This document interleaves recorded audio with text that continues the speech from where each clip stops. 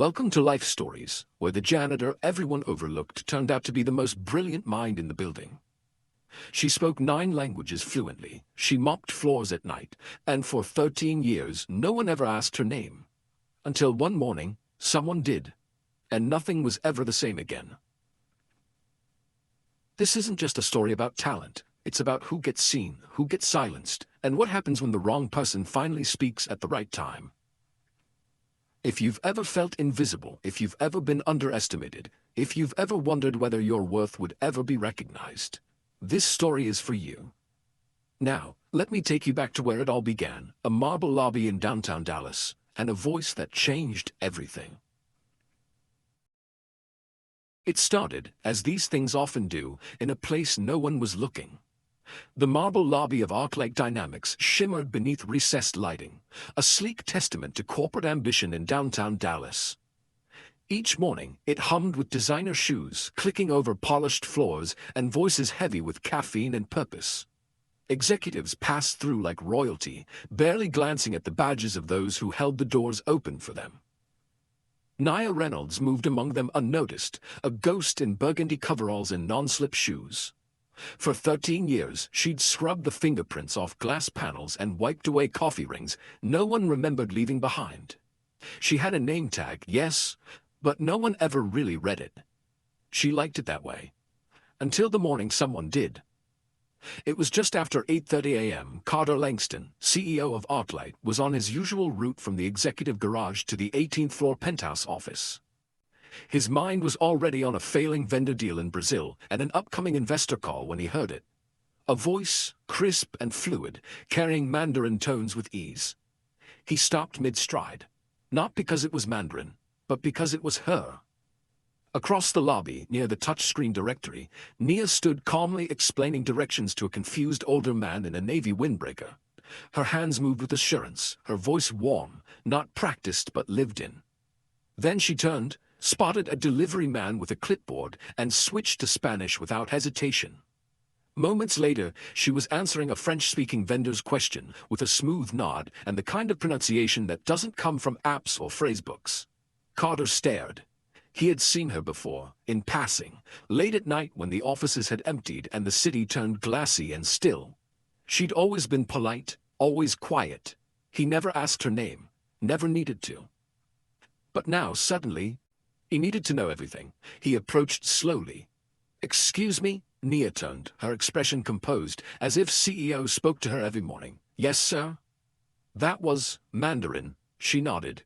"Yes, sir," and Spanish and French. Also Portuguese, German, Arabic, Italian, Swahili, and I can read Latin, but I don't really count that. He blinked, unable to hide his disbelief. "You speak 9 languages?" "Thereabouts," she replied with the calm precision of someone used to being underestimated. There was no pride in her tone, no smugness, just truth laid bare like a utility bill. He asked her name. She gave it, Nia Reynolds. Then, a pause. "Miss Reynolds, are you free for a few minutes?" She hesitated. Not out of fear, but because she was used to people seeing her body, her uniform, her purpose, never her mind. "Yes," she said softly. "I suppose I am." The elevator ride to the executive floor was silent, almost reverent. "I've worked here for 13 years, she said suddenly as they passed the 10th floor. "Never thought I'd ride this elevator up for anything other than broken glass." Carter gave a small, thoughtful smile. You'd be surprised how quickly things can change. But he wasn't ready for how quickly he would. Inside his glass-walled office, she sat carefully, hands folded. He asked how someone like her, so clearly brilliant, ended up mopping floors. She told him. How she'd been a linguistics grad student at Ohio State before her mother fell ill. How she'd come home, cared for her, buried both parents within 6 months, and found herself raising a daughter alone. How academia didn't have a place for broke single moms. How corporate America preferred resumes to resilience. He didn't interrupt, not once. "I didn't stop learning," she said. "I just stopped being seen." Then she added, almost as an afterthought, "Most people look right through you when you carry a mop." Carter sat back, the weight of her words pulling something loose in his chest. She wasn't asking for pity, or a promotion. Just recognition. He couldn't stop thinking about it all day. And so at 3:45 p.m., the CEO of ArcLight Dynamics left his corner office, rode the elevator down, and asked a janitor to translate a Portuguese meeting on the fourth floor. She did. Effortlessly. Better than anyone on payroll had in years. By the end of that week, she had a new badge, a title, Global Culture and Language Strategist, and an office on the 12th floor. But not everyone was clapping. On Monday morning, she passed two women from marketing whispering behind compostable salad bowls. One had an MBA from Columbia. The other had been vying for a lateral promotion for months. She was cleaning bathrooms last week, one hissed. Maybe she knows something we don't. Or maybe Carter's just checking a diversity box. The smile Nia wore as she passed them didn't reach her eyes. Later that week she was summoned, not by Carter but by Meredith Sloan, a board member who'd served since the company was still operating out of a warehouse in Plano. The meeting was formal, chilly. Meredith never smiled once. "You have no degree, no certifications, and forgive me, but a janitorial history," she said. Nia held her gaze. "And yet, here I am. You think charm and fluency justify executive authority?" "No, but results do." Meredith closed the folder slowly. "You're a risk." Nia stood. "My whole life's been one." What Meredith didn't know, what no one in that room knew, was that Nia had turned down another job offer the night before, one from a consulting firm in D.C. that had offered double the pay, but she hadn't come this far just to walk away. Not yet. What would you do if the world suddenly saw your worth, but only after you'd paid a price no one asked about? What if your rise made others question everything they believed about how success should look? But Nia's story was only just beginning, and in the shadows of power, someone was already planning to make her fall feel inevitable. Continue to part 2. The message arrived in a plain, white envelope. No return address, no logo. Just her name, Nia Reynolds, typed in the center in a font too neat to feel casual. She found it, slipped under her door late Thursday evening, after the rest of the office had emptied out and the cleaning crew was just beginning their shift. For a moment, she thought it might be another thank you note, like the unsigned one she'd received the week before, written in sharp block letters, "We see you." But when she opened this one, the handwriting was different. It read, "Not everyone earns their seat. Some take it while better people wait." No signature. Just silence pressing in behind the words like fog on glass. Nia stood there, alone in her modest office on the 12th floor, holding that note like a wire she wasn't sure would spark. Her throat tightened, not with fear, not exactly, but with that old familiar knot, the cost of being seen. She didn't show the note to Carter. Instead, she folded it in half, once, then again, and tucked it behind a photo of her daughter on her desk. That picture, taken 5 years ago at a community college graduation, was the reason she kept showing up. But that night, for the first time since her promotion, she hesitated before locking her office door.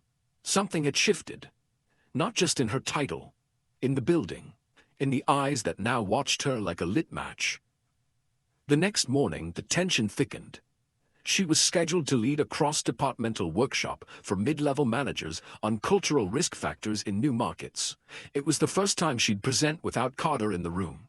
When she walked in, 20 people sat in silence, none smiling. Victor Vance, head of international operations, sat in the back, arms crossed. She hadn't forgotten how he dropped the Dubai file on her desk without so much as a "good luck." Today, he didn't even nod hello.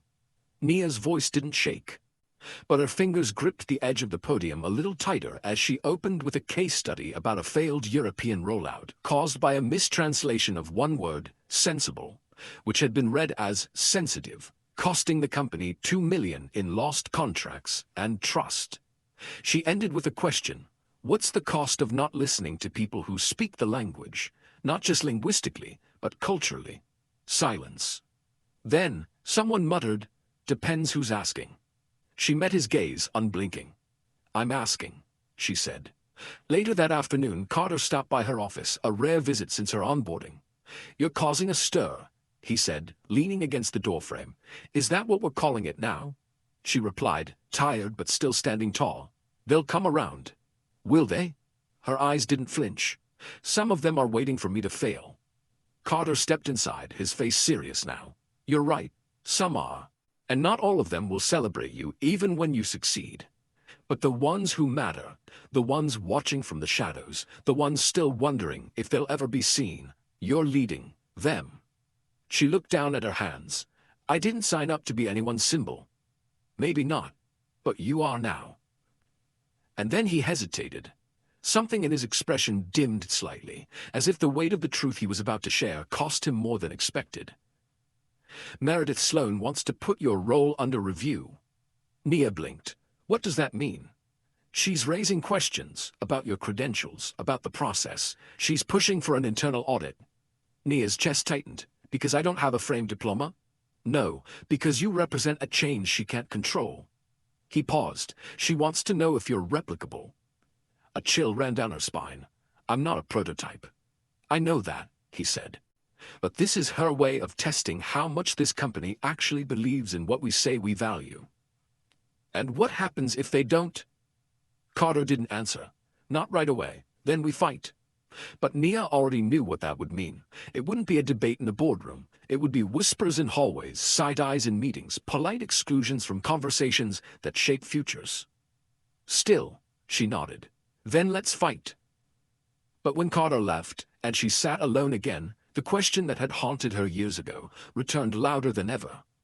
Was it better to be invisible or visible and vulnerable? She glanced at the envelope again, still tucked behind her daughter's smile. Outside, the sun was setting behind the glass towers of downtown Dallas, and from where she sat, the light made the whole city look like it was on fire. How much courage does it take to keep showing up in a space that was never built for you, but that you refuse to leave? She thought the fight was just beginning. What she didn't know was that someone had already started rewriting the rules behind closed doors. Continue to part 3. The elevator was too quiet. Nia Reynolds stood in the corner, hands clasped, heart thudding beneath her soft blazer. The mirrored walls showed her reflection, steady on the outside. But inside, she felt like she was being carried towards something irreversible. The boardroom on the 17th floor wasn't new to her by now, but today, the atmosphere crackled differently. Meredith Sloan sat at the head of the table, her fingers steepled. Around her were 6 other board members, none of them smiling. Carter Langston was already there, his jaw set, eyes unreadable. He didn't offer a reassuring glance. He had warned her, they want a performance, not truth. But Nia had never been good at pretending. She sat where they told her to, poured herself a glass of water, didn't drink it. Meredith spoke first.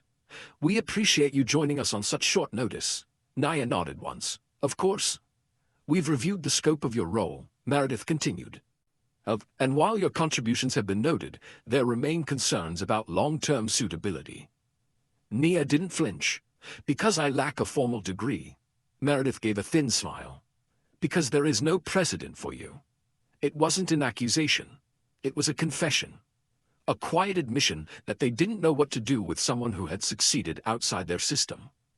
I didn't ask to be the first, Nia replied, evenly. I only asked to be taken seriously. One of the men on the far end of the table adjusted his cufflinks. You've become a public face. Some of our investors have questions. And what do they want to know? She asked. They want to know who's making the decisions now, Meredith said, her tone crisp. And whether this is policy or a passion project. Carter stirred. She's delivered results faster than anyone else in that role, even though it didn't exist before her. That's not in dispute, Meredith said, without looking at him. But results don't erase risk. What if the next Nia Reynolds doesn't work out? What if we build a model on an exception? The silence that followed wasn't empty, it was heavy. And then Nia leaned forward. I'm not your exception, she said. I'm your wake-up call. The room shifted slightly. You've spent decades searching outside this building for innovation, she continued. Flying in consultants, outsourcing culture. And the whole time, people like me, people you pass every day, have been here. Doing more with less, learning in the margins, speaking 10 languages while scrubbing your coffee spills. Her voice didn't rise. It deepened. You think I'm a risk? I think you're terrified that I proved your system isn't merit-based, that talent doesn't always wear a suit. Across the table, a younger board member, Lauren, her name tag, lowered her eyes. Nia caught it. The flicker of something. Not shame, but recognition. Meredith's smile was gone. Are you finished? No, Nia said, but I'm done asking for space. She stood up. Either you make room or you prove what I already suspected, that this seat was never meant for someone like me. Then she walked out, past the glass walls, past the receptionist who looked up with wide eyes, past Carter who didn't try to stop her. Outside, the sky was bruised with an early evening storm. She didn't go back to her office. She didn't even go back to the 12th floor.